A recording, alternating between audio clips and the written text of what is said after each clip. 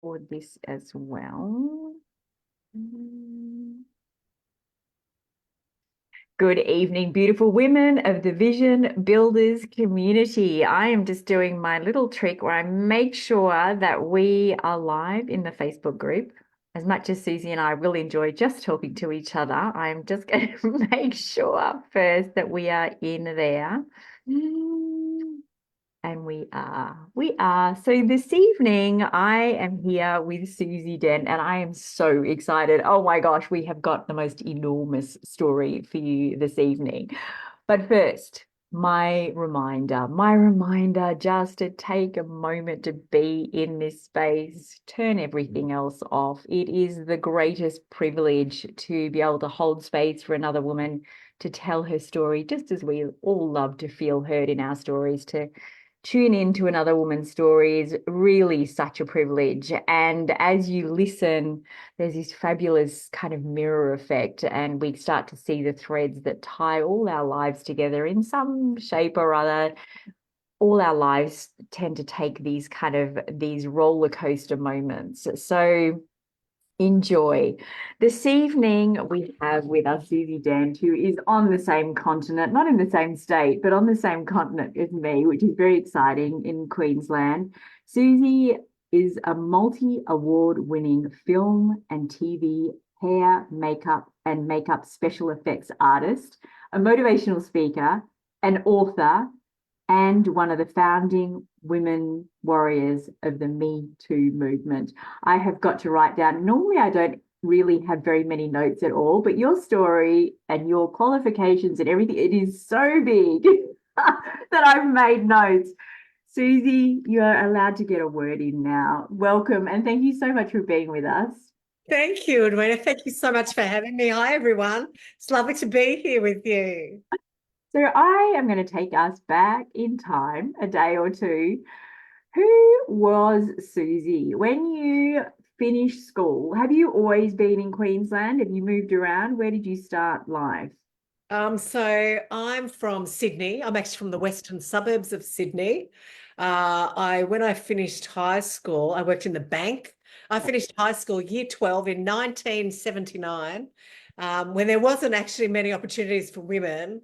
I was sporty at school, so I was like a school swimming champion. I was not academic, didn't get into uni, didn't want to get into uni. And back then, while you were in school, they had this drive. The banks all had a drive to employ women. So you kind of had a job halfway through the year. So you knew you had somewhere to go to when you finished school, which was kind of good. Yeah. So I joined the bank. So everyone was kind of funneled in, all the girls were funneled into like a secretary role or a bank role or Yeah, a bank role. But I also, when I worked for the bank, I actually, and this is going to be a little bit of a theme, I learnt about how women were not heard like they should be. I learnt about the glass ceiling for women. Women couldn't become accountants, they couldn't become bank managers, they couldn't become any position of authority back there. The highest you could get for women was teller A. Which is a really big deal. And I did a little bit of teller work. I was mainly customer service because I have this personality, right? And it's a couple of times that I did do telework, I was actually reprimanded for balancing because women were supposed to be a tiny little bit, and no offense to any of the women that were there in, the 1980s, we're supposed to be a bit thick, So, I mean, really, money in, money out, you could, I'd be like balance and yes. But I learnt about the glass ceiling and I learnt about the power dynamics between women and men in the banking world, which I wasn't particularly impressed by. And I yeah. learned about sexual assault for the first time in the corporate world when I left and I worked for the bank. Oh, okay. So the story starts a bit earlier than where I was expecting it to, that part of your story. Yeah, it's part of so I look the way I do. I have a great set of legs. I still have a good set of legs, right? And the accountant liked me to make coffee for him. And I didn't realize I didn't get the whole leg thing because back then I was 18. Yeah. I liked I didn't understand. Yeah. 18 year olds back then. Self-professed tomboy as well. I Yeah. was, I really, yeah, I really was. Yeah. I was gonna say I really liked riding my drags at a bike, I'm chasing the milk boy, but it I was the only girl, the only woman who worked in the bank Yeah. who was not allowed to wear the trousers that were part of our uniform. And the Yeah. one time I did, I was sent home by the accountant to put on the little tiny dress that showed my legs off. Uh, Oh. so I could, I guess be a visual thing for him. I got assaulted by the assistant bank manager, sexually assaulted by him. He locked me in a safe so he could fill me up. Oh. You know, it was a very interesting journey. Before that, I actually got sexually assaulted when I was 12. Back then, men touched women without girls, they did what they liked. It wasn't a crime. We didn't have a voice. When we were young, we were raised, children should be seen and not heard. And then when I entered like the banking world and left school, I realized women still weren't allowed to be heard and had nothing to do with being children. We didn't have a voice. Mm. So it was definitely interesting. But when I was in school, I was always part of the drama society. If I wasn't swimming in a pool, and I was either performing on stage or doing the hair and makeup backstage. Yeah. And they say if you're like in life, if you look back to the things that you really like doing when you're in school, you'll find what your true passions were. I Yeah. was doing hair and makeup, you Ah. know. All through school, I actually wanted to be an air hostess, which is what they were called back then. Yeah. But I didn't get into that, which was probably a good thing because back then women had their bums pinched all the time in the plane. And again, now that's called sexual assault. And I just wouldn't be able to keep my mouth shut. So I would have made a terrible air hostess because I would have been going, oh, get your hand off me. So it would have been, so it's good. I became a makeup artist when I was overseas. I went overseas when I was 20 and I was going to stay there. Because I discovered that there was such a thing called a makeup artist. And I had no idea. My cousin at the time was dating a photographer, and there was these amazing photos on the wall. And I was like, oh, wow, is that a job? I'd always been into makeup when I was little, being blonde and having invisible eyelashes. I discovered mascara and went, oh my God, I'm a real girl. Thank God. I look so much better now. So I always loved the power of makeup. Oh. So I told my father, if you can find me a job, find me a college in Australia that can teach me how to be a makeup artist, I'll come home. Otherwise, I'm going to stay here and I'm going to study with the BBC. So he found me a school, which was the only school in the whole of Australia and New Zealand that actually taught how to become a makeup artist. It was Mm. the one school called Three Arts Makeup Centre in Chippendale. I moved out of home when I was 18. And so I started going to college there when I was 20. Yeah. Got out of the bank, that didn't last. Well, that lasted for 2.5 years. I learned a lot. And then I traveled overseas, found that out, and came home to study. Walked in the door of, they say, the smell of grease paint. Walked into this amazing creative place. Yeah. Thought, oh my God, this is where I Yeah. belong. Yeah. And I had a 40-year career ever since. So it's amazing that I really loved doing that when I was young. Yeah. Uh, it kind of became a career for me that I've loved. And over the years, I've built the self-esteem of thousands of women using my brushes and my words. Yeah. So becoming a speaker was something that happened later on in life, but I've always kind of mentored and coached women Yeah. from the word dot, really, which has been an amazing privilege to do. So, has your career in TV and film, has that all been in Australia, or did you travel with that? I have traveled with it, but it's mainly been in Australia. Yeah. I never really liked film because it's too political. So television is pretty much what I really loved. Yeah. It's faster paced. I used to work back in the day. There used to be like two main production companies. There was Grundy's and Yeah. Crawford's. Crawford's did all the drama and Yeah. Grundy's did all the light relief. So I worked on You've Got to Be Joking, Perfect Match, Mhm. all sorts of stuff, Yeah. which was great, and built up my career. And with only one school in the entire country, and it was like a year full time that we studied, only 25 people were accepted from around Australia and New Zealand to get into this school. So my dad got me in while I was away. Which was great because as a child I'd done my Duke of Edinburgh's award, my bronze and silver Duke of Edinburgh's award. I'd achieved all these awards as a young woman. So my dad goes in and pops down my awards, and the lady's like, okay, well, we'll take her. And she looks like she's got discipline. And my dad's like, hey. What's the Duke of Edinburgh Award? What's it for? Oh, it used to be it was run by some schools Yeah. and church organizations that were like Girls Brigade and Scouts and things like that. It's actually recognized around the world as a way to teach young people. You would do It took like 9 months to actually finish your silver. There's community service that's part of it. I did nursing. I learned about the police force. You do projects. You work very hard to get this award. It shows as a young person, if you have your Duke of Edinburgh's award, I've got every job except the airlines that Yeah. I've ever gone for in my entire life. Because any employer that knows what the Duke of Edinburgh's award is will hire a child that's achieved Oh, that over any other child that oh, hasn't.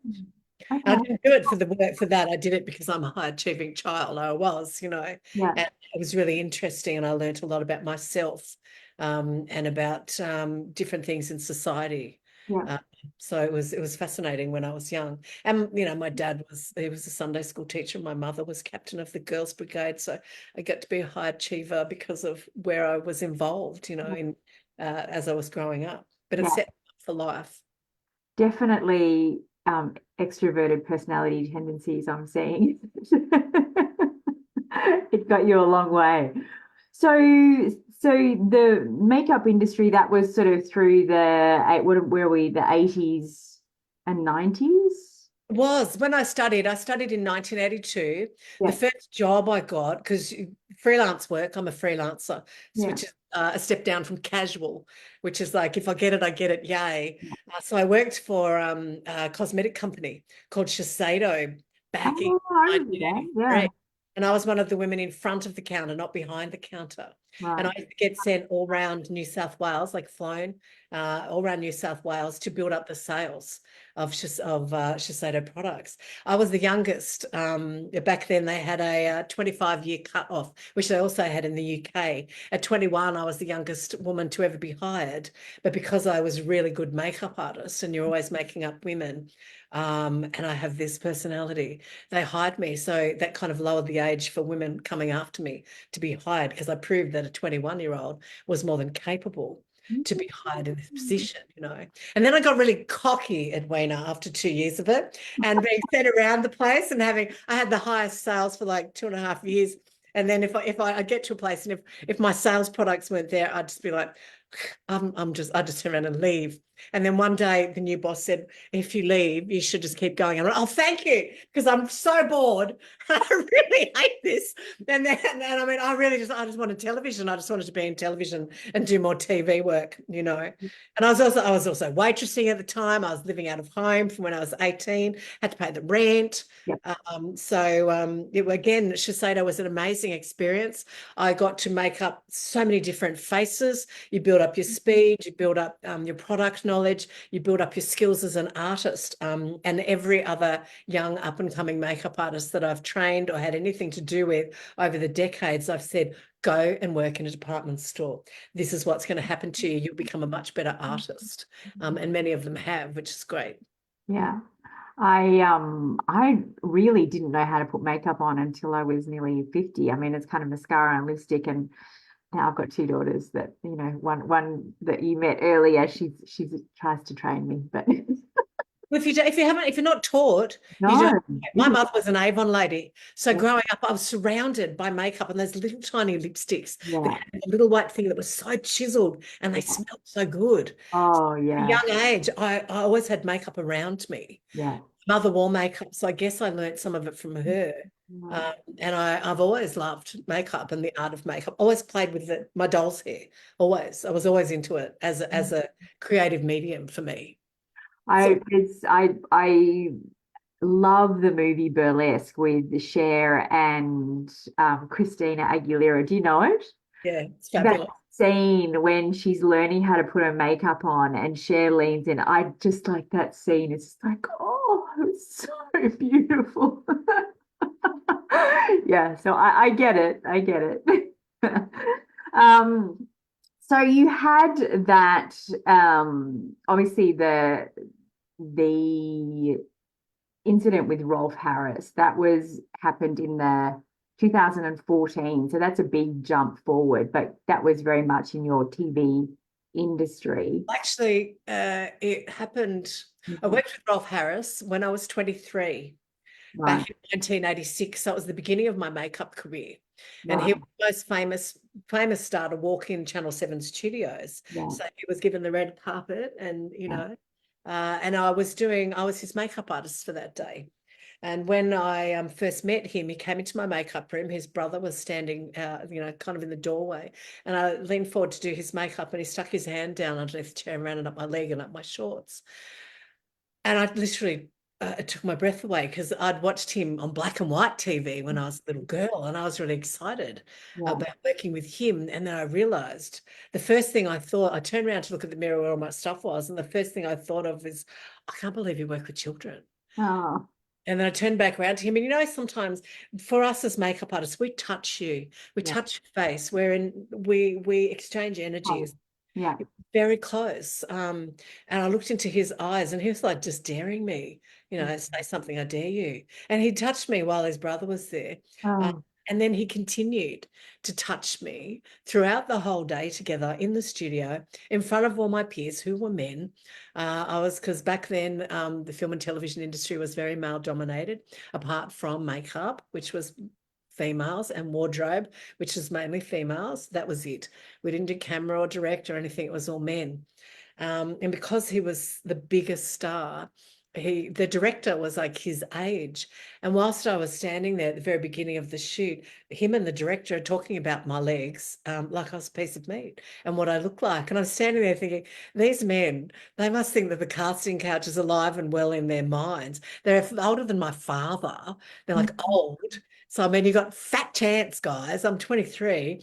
I was wearing shorts and a baggy t-shirt because I'd already started kind of wearing baggy clothes to hide my breasts and to cover up a bit. I'd already started doing that because I kind of felt like I moved through life safer that way. So I spent, a day every time I went and powdered his nose, as we used to call it, or blotted the sweat off. yeah. Bar one time, he touched me. He'd run his hands up my legs. Back in the 80s, we'd have these belts with long belts. They would hang down. They were big, thick, chunky things. And he'd grab my belt and pull it in and try and crotch grind me. And nobody did anything. None of the men said anything. He was like encouraged by the director.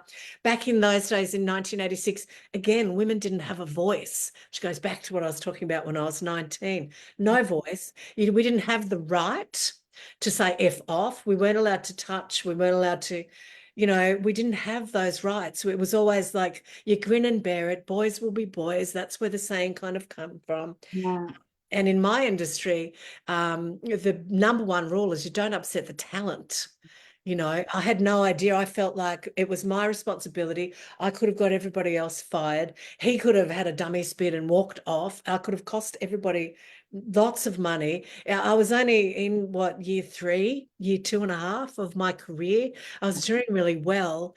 So I was silenced. I know I silenced myself, but we were silenced Mhm. back then. And Yeah. at the end, as the day went on, I got really over being touched. I'd sit at the back of the room thinking out of sight, out of mind, and he would still call for me. I'm sure he'd never used my name, and he would still touch me. So then I stood outside the studio. And there was 2 guys that are around my age, and they'd literally come outside and get me when it was time, when he was sweating too much for the camera. And then at the end of the day, there was no way I was going to go back into that little makeup room with him. No way at all. And it was video back in those days, and the makeup that we put on people was really thick. Yeah. And opposite the studio door was a broom cupboard that was actually quite big. And I got inside the cupboard and I stayed inside the cupboard.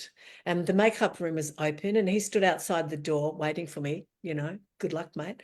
And I opened the door a little bit and I could just look down the corridor Mm. and I could see when he was going. And then the powers that be, all the men came downstairs and lot of backslapping, and escorted him out the door. And I waited till they came back in, because if he'd come back, he had the whole view. I would have been seen. So I stayed inside that cupboard until I made sure he was gone.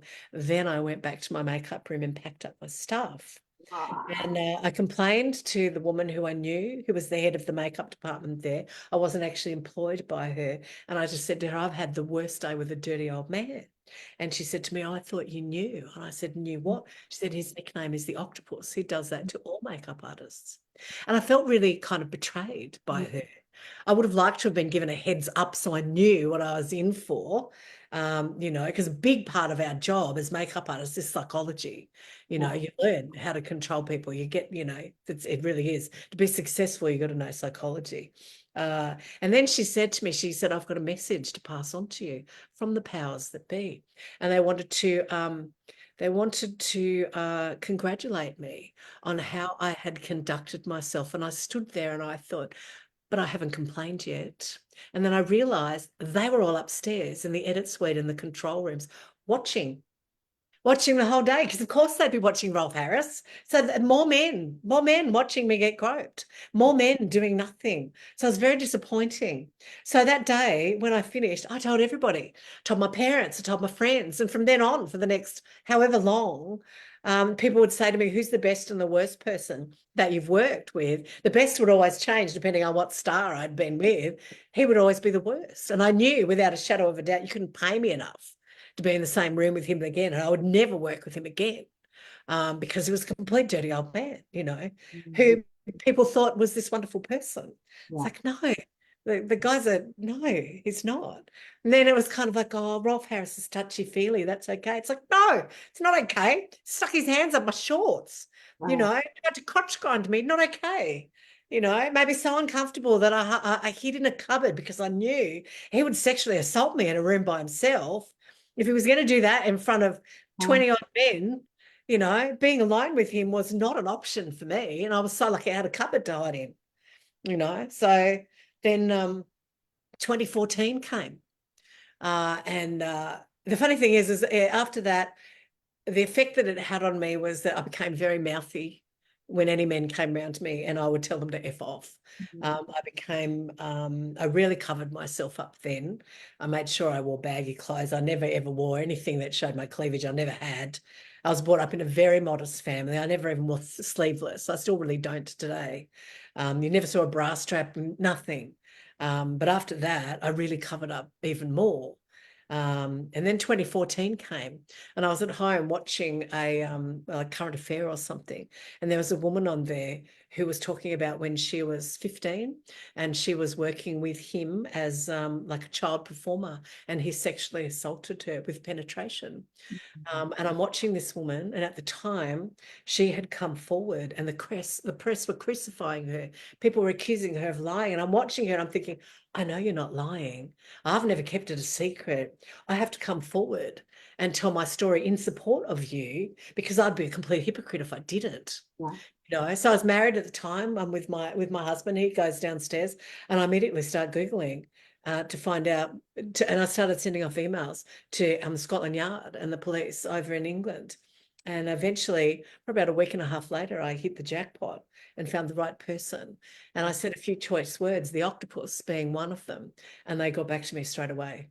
And then I was having phone calls with the man who was in charge of what's now called Operation U Tree, which is now a famous operation that took down a lot of stars. Rolf Harris, Gary Glitter, a whole lot of men of that era who used their position of power and contacts and money. I mean, Rolf Harris painted the Queen. He was friends with the royal family. I mean, to go against someone like that, you're going against some big things. Yeah. But I'm the 12-year-old girl inside me who never came forward when she was molested, heard the 15-year-old girl I was watching on Current Affair, and was not going to be silenced. Yeah. And I was going to speak up, and there was nothing could stop me. I've eventually told my husband, I said, oh, by the way, I've come forward. And then I got chosen by the judge as one of 9 other women to come forward and be part of this groundbreaking case. I was flown to the UK to take the stand in the UK, smuggled into the courtroom, given lifetime anonymity by the courts. Leading up to that, there came a moment where I think it's called consolidated press over there. This is the biggest case that we'd ever seen, here in the UK, South Africa, Malta, New Zealand. Rolf Harris has been named as one of the top 5 entertainers of all time, Yeah. Yeah. massively huge, loved by millions across the world. So nobody was going to believe us. All women lie. We just do it for attention. So I was chosen by the judge because of my story, and I was called a bad character witness. Yeah. So I wasn't one of the women that was like part of the case as far as being sexually assaulted by him, but I was telling my story of what it was like to work with him, what my day was like to work with him. So you get to see what sort of character he really is. Yeah. And it turns out dozens and dozens of women from around the world came forward, all with very, very similar stories. So, you got a really good picture of Yeah. what this man was actually like. He was a serial offender. And then we find out that he actually sexually assaulted and groomed his daughter's best friend in their home. We got to find out all these things about this man who was so loved. We were all given anonymity for our own safety. Millions of people got their Suzi hate on without knowing my name. Millions of people got angry because as a society, everybody felt betrayed that Yeah. they'd let this man into their homes. They'd loved him. They let their children watch him. They felt like he had assaulted them as well. So across the world, millions of people, quite literally, were really badly affected by Rolf Harris being found guilty. And that made them feel guilty for actually loving this man and wanting to be on his show from when they were little kids, especially in the UK. So it had a huge effect on society as we know it. And the case was groundbreaking in that it was the first time that victim survivors of historical crimes had been listened to and heard. Yeah. And changes and things happened, and the Operation New Tree changed society as we know it.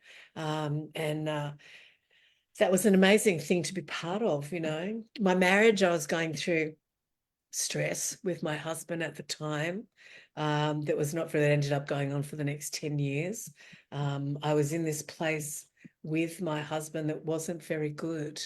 And I really, like a Groundhog Day. Yeah. And I realized that I really needed to change my life. And I started listening to motivational speakers on my daily walk that I'd never done before. And I realized that to make change happen, you have to make yourself uncomfortable.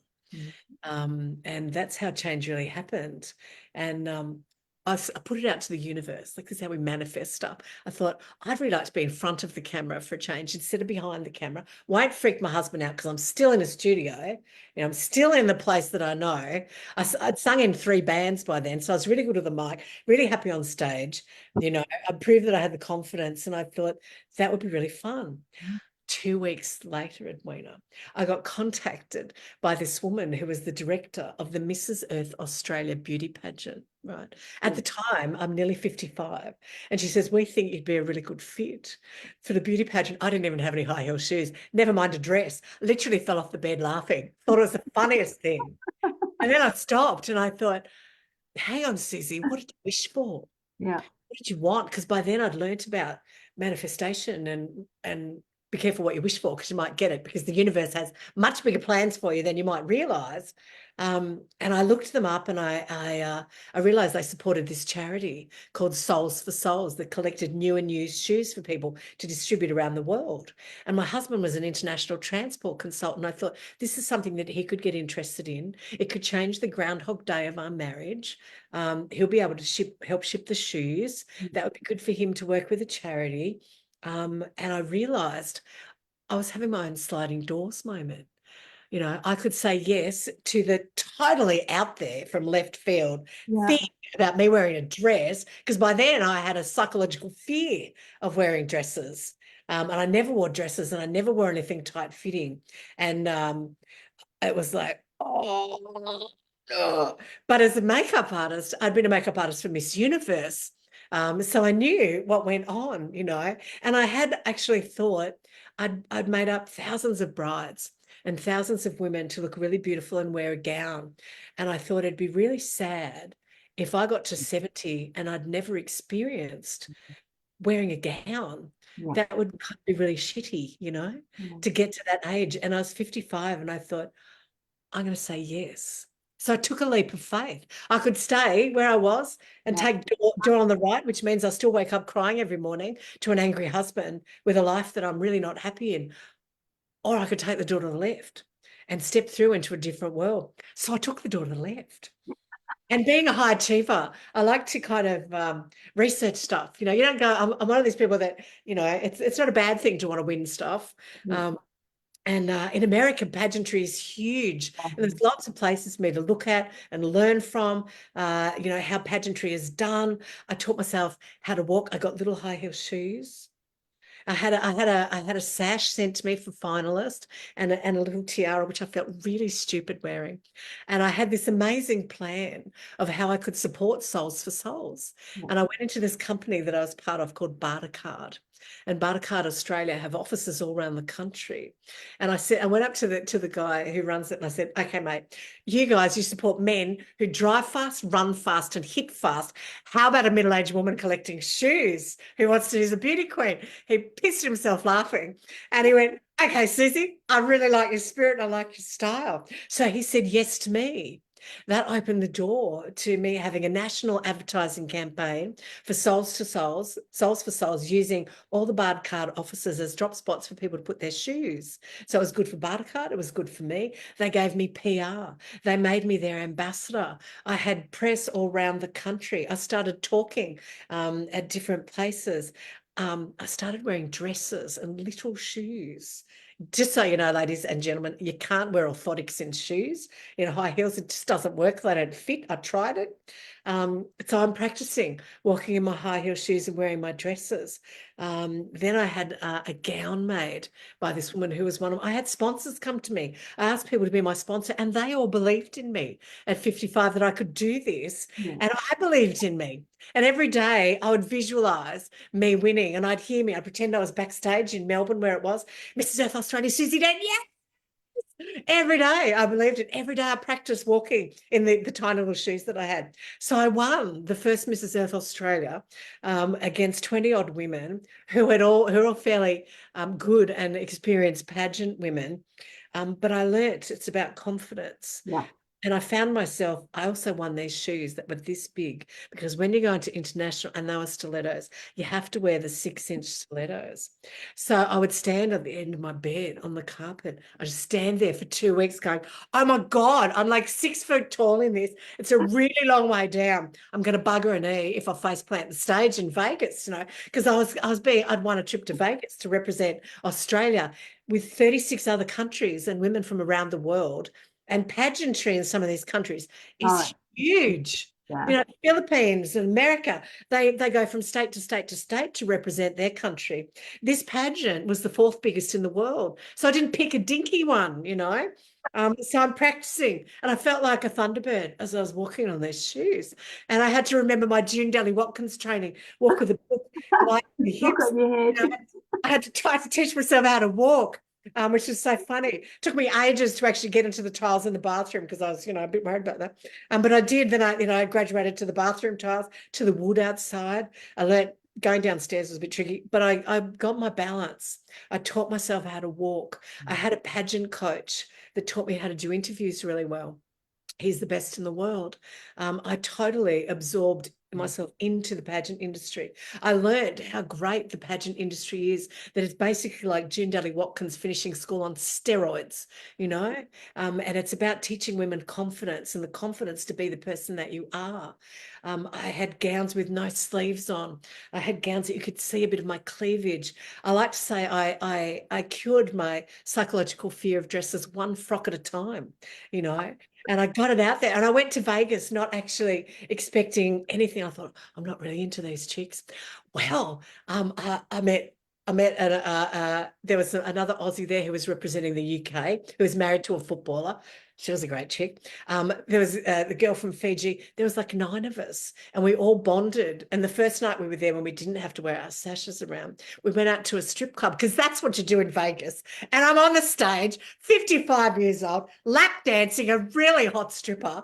So much fun. Talk about team building. It was great. And it turns out of 9 of us, 6 of us walked away with titles. I was voted third in the world. I came third in the world against, oh, and out of 36 women, I could have given birth to half of them, which was amazing. And I had the choice to actually, they decided, because there were so many of us, they'd do an over 40s category. And I said, no, I don't want to do that because that'd be easy. No, I'll beat you guys. I wanted to have a level playing field. I had like the Sandra Bullock experience where you're the top, and you have the thing, you know, the headsets backstage and you can't hear the question. So much fun. I had the absolute blast. And doing this, the interesting thing is that I built my self-esteem that had been low for years to reach my very high levels of confidence. I found my true, authentic self, and I'm very girly, a lot more girly than I thought I ever was. I really found who I was. The motivational speaking, the doors just flung open to me. I had press all the way around the world. I had a PR agent who was amazing. I was doing the night I won, I was doing a live interview with, I think, 2UE on the radio. You know, literally hours after I'd actually come third, I'm doing live interviews. When I came home from Vegas, 2 hours after I got home, the camera crew from Sunrise are there to interview me. It was an amazing ride. And the beautiful thing is the press were calling me the 55-year-old tomboy to beauty queen. And that changed things for women over 50. It's like, well, if she can do it, I can do it. There was a swimwear section as well. There was no way I was going to wear a swimwear out there. So my husband and I, we designed a Bond girl inspired scuba suit that had sleeves. It had a little boy leg. I strapped a knife. I've got guns, right? Stabbed a knife to my guns. Strapped a knife, and it wasn't actually a knife because I would have got busted by customs. It was actually a paddleball stick with a knife thing, you know, but it looked like a knife. I had the hooker heels on, nothing against hookers, but they were 6-inch, right? I took this tattoo numbing cream. I rubbed it all over my feet. So I couldn't actually feel the high heels that I was wearing. Never mind feel my feet. I was a little bit worried about face planting the stage. So numb feet really helped. I walk out onto the stage and I went, rah, with my guns and my dive knife, and they'd never seen anything like it before. I scored 3 straight 10s and a 9.5, which really pushed me over to get third place. And again, that changed the swimsuit section forever, which was awesome. So the journey of me being a beauty queen was quite amazing, and it's changed things for a lot of women that use age as an excuse to not do things. And one of my mantras is age is just a number. It depends what you do with it that counts, you know. And I don't do Botox or fillers or anything like that. I'm a big believer in being a natural person. Plus, I'm a needle phobic and I'd never do that. Everybody else can do what they like. That's great. My last book that I launched last year is called 60 is the New 40, the ultimate guide to defying age. So I'm a big age-defying person, and I like to really encourage women and men to change the way they think about themselves and the language that they use to describe themselves to themselves, you know. You know, in Australia, men, they have this saying, you say, hey, going, mate, oh, doing okay for an old bloke. And I go, no, because each time you say that, you're just reinforcing to yourself that you're old. So you're going to be old. So why not say this? Fit, young, strong, and vital, thanks. And then you'll be fit, young, strong, and vital. So I really like to talk to people about their mindset, to not use the societal definition of age to stop them doing anything, because age really is just a number. You can do anything you want. And actually, when you're older, you're just so much cheekier, and you actually can, you know. So beating you know, half these women who are really younger than me, I just had the confidence, and I'm just going to go for it because I don't care. And they're all, you know, it's still in their insecure 20s. I was like, yeah, right, well, I'm 55. And I was the second oldest one in the competition. I'm like, I'm here, I'm rocking, let's do it. And that was quite amazing, you know, and that changed my life. It changed my marriage for quite a while. My husband actually loved buying me dresses online. I was shit at buying them for myself. He'd find me the best dresses to wear. So most of the wardrobe I have now is courtesy of my now ex-husband, which was great. And that kind of joined us together for a few years, which was awesome. Now, as I said to you before, I was given anonymity, we all were, by the courts. And I got so much confidence and self-esteem from being Mrs. Earth Australia, and the world really opened up to me, that when 2019 came, I felt that it was time for me to come out and tell my story, because the Me Too movement happened in 2017. And that's when we saw millions of women around the world share that hashtag Me Too on Yeah, their social profile. And the world stopped and went, yeah, wow, that many women have been sexually assaulted. 4 out of 5 women are sexually assaulted in their lifetime. Being part of the Rolf Harris court case from 2014, I became a victim survivors advocate for women, to encourage women to tell their stories, because the only way we heal is when we speak. And if you don't speak, it festers inside you. And you don't have to speak on an international stage like I have. You can just speak to a trusted person, because when you do that, it brings it out and it helps you deal with it and it helps you heal from it. And that's really important.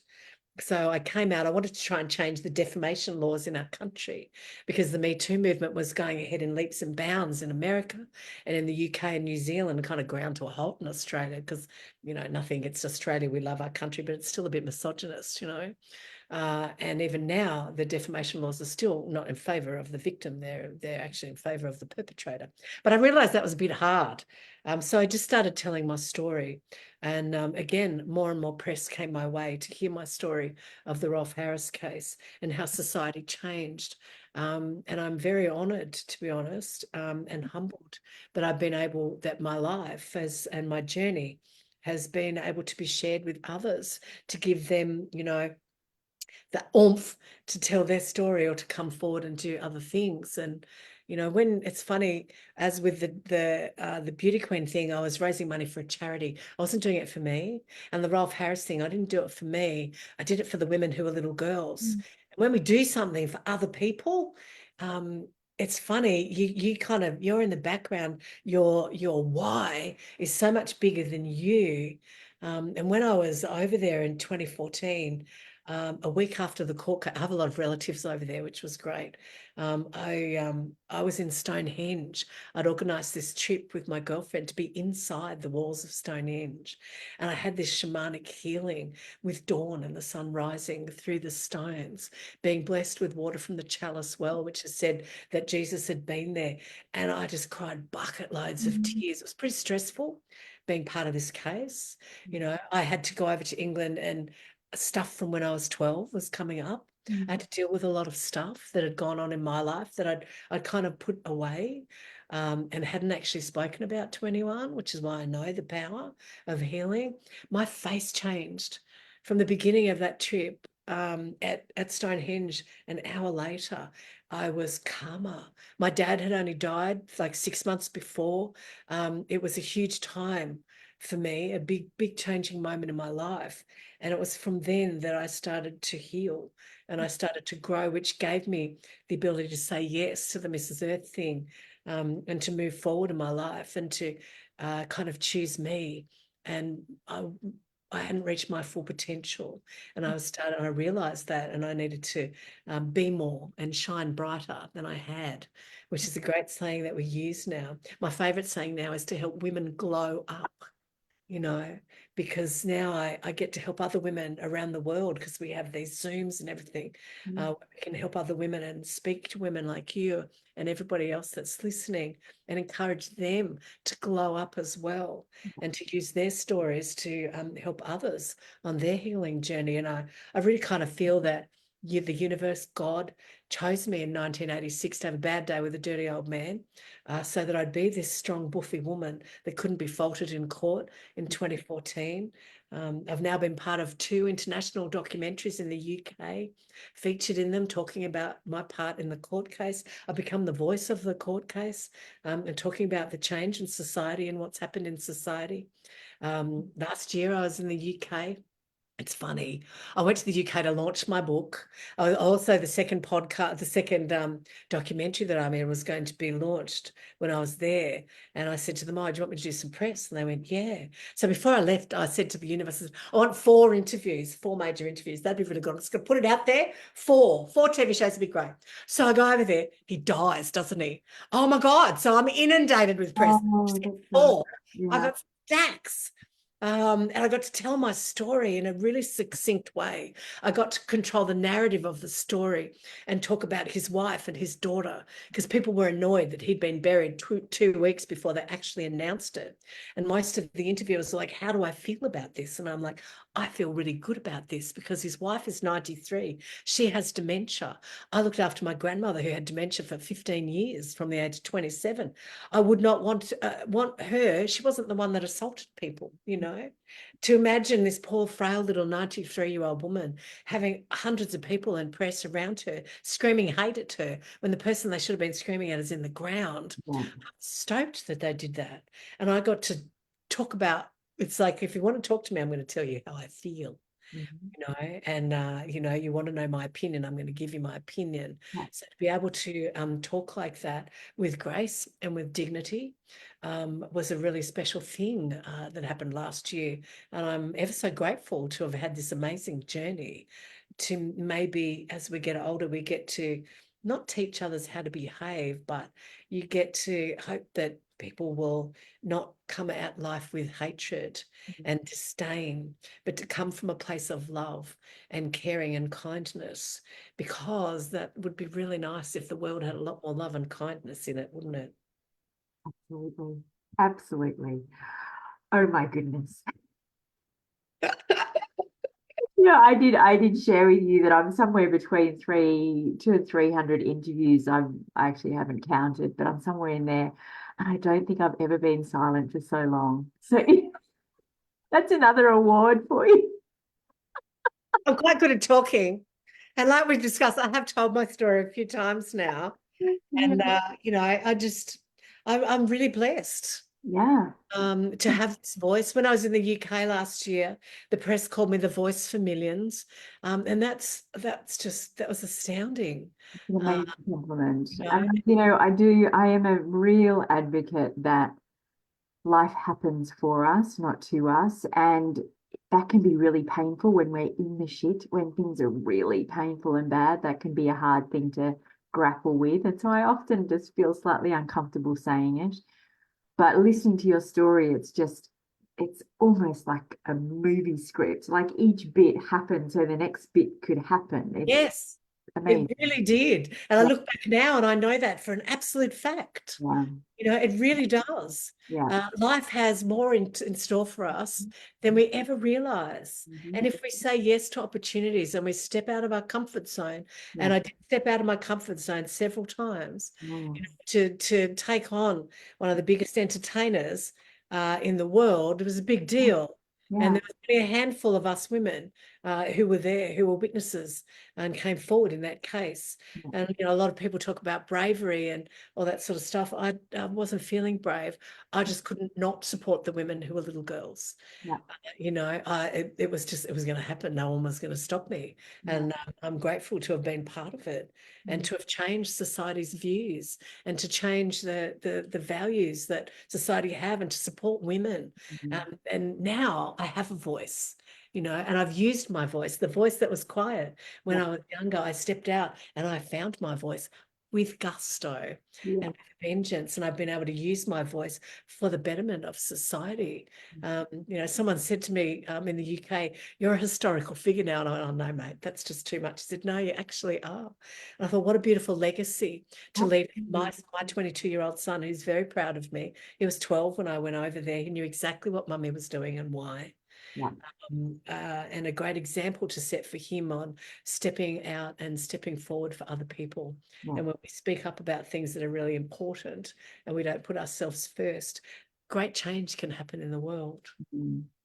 Do you feel you're still in the industry? So you're still seeing behind the scenes what's going on. Do you feel like it is a massive shift, or are we still a bit slow in the shift? I mean, the film industry? Yeah, or doing makeup in TV and film, and like the behind the scenes, the way that women are treated and the roles that women have now, obviously that's changed dramatically. But have you seen, do you, I it's always something felt you want so to see safe, this? so safe in the film industry until him. I never had any problems with any men. Yeah, Just him. I was always it's the film and TV industry has always been very welcoming, yeah, very safe. Now women can be camera operators, boom operators, they can do sound, they can do anything, they yeah, can do lighting, they can do anything. yeah, In the world itself, women can do anything they yeah. want to do and want to be. When I was in my early 20s, I couldn't get a bank loan for a house Mm, unless I had a man go guarantor for me. Didn't have to be related. Any man would do. yeah. Because what was said to us back then was, well, you're going to have a baby one day. And I'm in my early 20s thinking, yeah, no, not really. And I didn't have a child till I was nearly 40, so they got that wrong a bit. So, but now women can be astronauts, they can be truck drivers, they can be anything they want to be. Yeah. And it's wonderful that each generation of woman has come up and fought. And we fight for women's rights, and we're still fighting for women's rights. We could have a conversation about that too, but probably not right now. Yeah, look, I'm fascinated as I listen to you. I'm a 72 baby and finished school in 89. But I was such a child, and I feel like I was so unaware of so much of that has actually happened in my lifetime. Because by the time I hit the workforce in the 90s, then things were really quite different Yeah. in that short amount of time. Yeah, that's right. Things change rapidly. Mm, Exactly. mm, But being a young woman and coming out of high school to realize that your employment opportunities were slim, yeah. and then, like even working in the bank, you couldn't be the important jobs. Mm, But then also that was back in the day where people would actually dress to go to the bank manager. You'd wear what was called your Sunday best. yeah. With respect now that, everything's changed. Yeah. Everything Yeah. completely changed. Some things for the good and some things for not so good. Yeah. Yeah, that's another conversation as well. We can do that one next time. What's the next 10 years? What's the next 10 years for Suzi Dent, or the next 20 years? What's your plan? Oh, the next 10 years, my 60s are going to be huge. I divorced my husband in 2021. I've been separated from him for 15 months, which is wonderful because Yeah. unfortunately, the last 10 years of my 30-year marriage went downhill, and I was in a toxic relationship, and I divorced us so that would not be happening anymore. So I've found myself. I work as a coach. I help other people using my Rolf Harris experience and all my press and all my experience. I help other people get their story out to the world. I still work as a hair and makeup artist. Not as much as I used to. COVID changed that a bit because of my stages and my faces were taken away from me in 1 week. But I'd become a carer before that. So I just kept going, and I worked as a carer again, supporting women who weren't as well off as I was as far as physically, mentally, or even emotionally. So now I coach people how to get their story out to the world. I have a wicked little black book of press contacts now internationally. I've learned so much about, and from a 40-year career in the media, I've learned so much about how to present on camera, Yeah. how to speak, how to walk, how to talk, and through my beauty queen years. So like you said, everything has led up to now. And to be able to use my press experiences with the Rolf Harris case and teach others how they can control the narrative of the press, how to really tell their story and get it out to the world so they too can make a difference is something that I'm expanding on every day.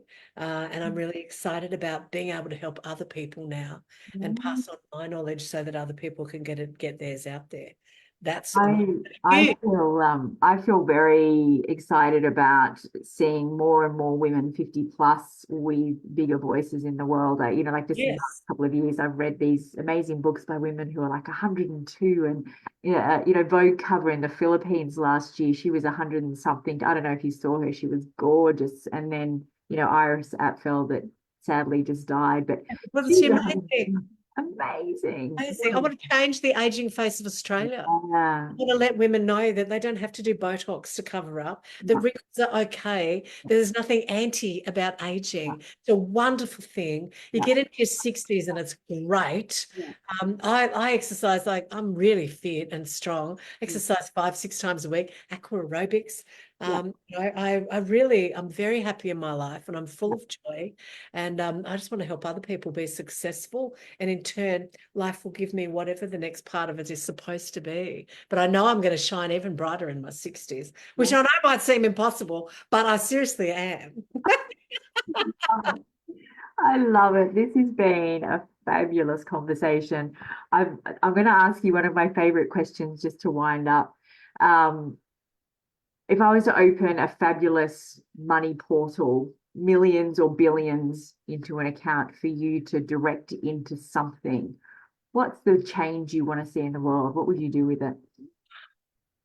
Well, what I'd really like to do as a philanthropist is open up carry daytime karaoke for special people and their carers, right? So in every capital city of the world, I work with a beautiful lady on Fridays, and we call it Karaoke Fridays. So if any of you follow me on Facebook, you'll see us singing on Fridays. Yeah, Uh, that's what I want to do because carers and special people, they don't have nights together. And in the daytime, there'd be no alcohol involved because they can't be. yeah. Singing builds your self-esteem, builds your self-confidence, gets those endorphins up, makes you feel good. It'd be really easy to do. If there's anybody out there who'd like to give me a lot of money, this is what I'd like to do with it and help special people all around the world have a really joyous time because there's not enough for them to do in the daytime. And singing at a karaoke bar with their carers would be amazing. And it'd be so, Oh, do you know, that's what I'd like to do. my sister is a music therapy. She's actually a doctor of music therapy, and she runs a band for people with disabilities here in Geelong in Victoria. So there's people out there doing this stuff, choirs and yeah, but karaoke, that sounds amazing as well. What a fantastic answer. I love it. I love it, of course. I'm not surprised. Thank you. Fantastic. Thank you so much for your time and sharing your story so powerfully. It's just an absolute honor to hold space for you to share that story. So thank you. And thank you for your time. Thank you so much, Edwina. I really enjoyed it. Thank you so much. All right, gorgeous women. We've got one interview left tomorrow morning. So I look forward to seeing you, for those of us on this side of the globe, tomorrow morning. For those of you on the other side of the globe, it'll be evening. But either way, I look forward to it. But that's it from us today. So much love and bye for now. Bye.